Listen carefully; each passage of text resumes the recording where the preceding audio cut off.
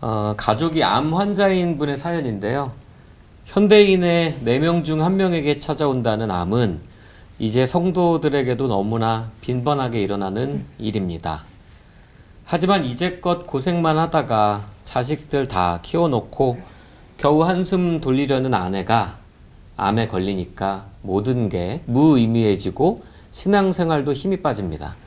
착하게 열심히 산 아내가 고통스러워할 때 어떤 말을 해줘야 할까요? 천영태 목사님, 김문은 목사님 도와주세요. 이런 질문이 있었어요. 이 지역에서 가장 오래된 교회가 구포교회예요. 100몇십 년이 넘은 아주 오래된 교회. 그게 담임 목사님이 한영수 목사님이신데, 이 목사님이 10년 전에 암 수술을 해서 이제 암이 거의 완치가 된 줄 알고 미국에 있는 따님한테도 다녀오고 했는데 이제 최근에 다시 재발이 된 거예요. 근데 이 목사님을 제가 이제 가까이서 교제를 하면서 느낀 것이 뭔가 하면, 목사님이 그렇게 밝으셔요. 김 목사, 요즘 우리 교회에서 내가 새벽기도 마치고 그 양산 부산대학 병원에 가면 우리 교회에서 고속도로를 타고 가면 30분 만에 가. 신호대가 하나도 없어. 너무 좋아. 그리고 막 간호사, 의사 선생님들이 너무 친절하대. 제가 보기엔 그럴 리가 없거든요. 너무 친절하다고. 이 할아버지 목사님이 매사가 밝고 긍정적이고 암을 이기려고 하는 게 아니고 암과의 동행을 하는 거예요. 오늘 진료 갔는데 너무 좋았다는 거예요. 아까 천 목사님 말씀처럼 저분이 저렇게 긍정적이고 밝으시니까 지금 작년 4월인가 70 정년 은퇴를 하셨어요. 아무 문제가 없어요, 생활에. 진료를 하고 항암을 하고 이렇게 하시는데도, 항암을 지금 14차례 했는데도 괜찮아. 이러면서 저번에 그 마인드가 잘 받아들이시는구나. 시편 107편에 보면 하나님은 복을 주시기 전에 평안을 먼저 주신다고. 병원에 가서 뭐 유방암이다 진단을 받고 큰일 났다 그러면 큰일 나요. 근데 이걸 담담하게 받아들이면 이기시더라고요. 많은 분들이 보면 이제 암을 이겨고 그걸 동행을 하면서 암을 죽이려고 하지 말고 암과의 이렇게 동행을 하는 분들은 그 마음이 그렇게 밝으시니까, 그 한영수 목사님을 보면 해피 바이러스를 전파하는. 나도 만약에 저런 어려운 얘기를 들었을 때는 억장이 무너지고 막 순간 거부울이 오고, 대부분 그래 되거든요. 말 한마디 그냥 막 금방 우울해지거든요.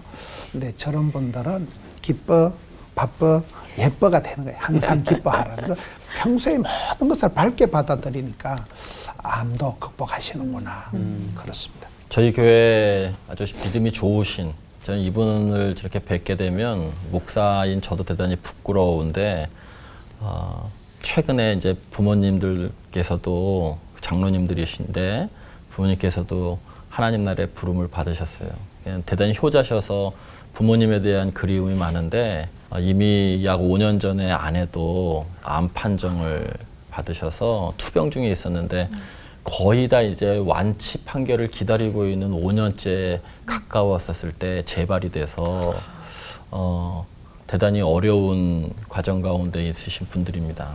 뭐 중보기도 하시는 분들, 또 저와 아내에게 늘 병원에 갔다 오면 수치가 어떻게 됐고 좋은 결과였다, 뭐 이런 여러 가지 이야기들을 나누면서 계속해서 함께 기도하는데, 어느 날 결국 너무 수치가 이제 안 좋아지고 병원에서는 치료를 좀 할 수 없는 이렇게 단계에 왔다라고, 또 몸도 많이 쇠약해지셨어요. 그런 이제 메일을 받고 전화를 받으면 목사인 저 마음도 대단히 막 천국과 지옥을 왔다 갔다 하는 것 같아요. 수치가 좋으면 막 힘이 나고, 수치가 떨어지면 안 좋게 나면 저희들도 막 마음이 막 불편하고 그런데, 오히려 이 장로님은 부모님도 근래 돌아가시고 아내에 대한 안 좋은 소식도 듣고 그랬는데, 그분이 저에게 이런 글을 보내셨어요.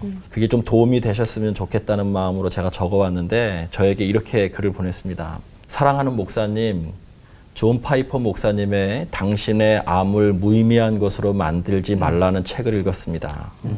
우리가 예수님의 마음을 품지 못하고 오로지 사는 것에만 집중한다거나 하나님이 허락하시는 평안보다 암 수치 결과에 따라서 우리가 평안을 얻는 것, 또 암과 함께 싸워야 할 것이 무엇인지 깨닫지 못하고 암에만 집중한다면 하나님께서 우리들에게 주신 삶의 모든 계획을 무의미하게 만드는 것이라고 생각합니다. 목사님, 저희는 너무나도 평안합니다. 이전과 달라진 것도 없습니다. 앞으로 남은 시간을 더욱더 사랑하고 저희를 통해 보여주시기를 원하시는 하나님의 영광이 무엇인지를 늘 묵상하며 살아갈 예정입니다. 언제 주님 곁으로 갈지 모르는 가운데 사는 인생들인데 기간을 조금이라도 알게 해주셔서 준비할 시간을 주신 것도 은혜라고 생각합니다. 오히려 이분은 저에게 이렇게 위로를 하시더라고요.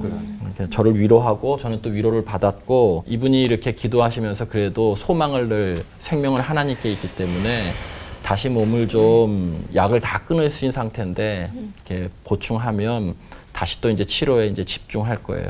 저는 이분 때문에 한 가지 얻게 된 것이 있는데, 매일 아침마다 새벽기도 시간대 우리 권사님을 비롯한 교회 환우들을 위해서 똑같이 이름을 불러가면서 기도하는 습관을 갖게 됐어요. 그것이 뭐냐면, 하나님, 우리 권사님에게 하나님의 생기로 오늘 하루도 살게 해주십시오. 하나님, 우리 장로님, 우리 환우들의 이름을 간단하게 짧은 기도를 드리면서 하나님의 생기가 오늘 하늘도 이분들에게 함께 하기를, 그 생기 안에는 하나님의 생명도 또 열정도 관심도 사랑도 모든 것이 들어가 있는데 그렇게 오늘 하루를 좀 살았으면 좋겠다라고 하는 마음으로 기도하게 되었습니다. 저는 오히려 사실은 당하고 있는 분들이 대단히 혼란스럽지만 이 장로님처럼 주어진 이 상황 가운데에서 늘 말씀으로 또 하나님의 계획이 무엇인지 그것을 늘 물으면서 순간순간 답하면서 살아가시는 그 하루하루들이 저에게 많은 목사로서 도전이 되고 또 많은 분들에게 유익을 줄 것이라고 그렇게 생각합니다.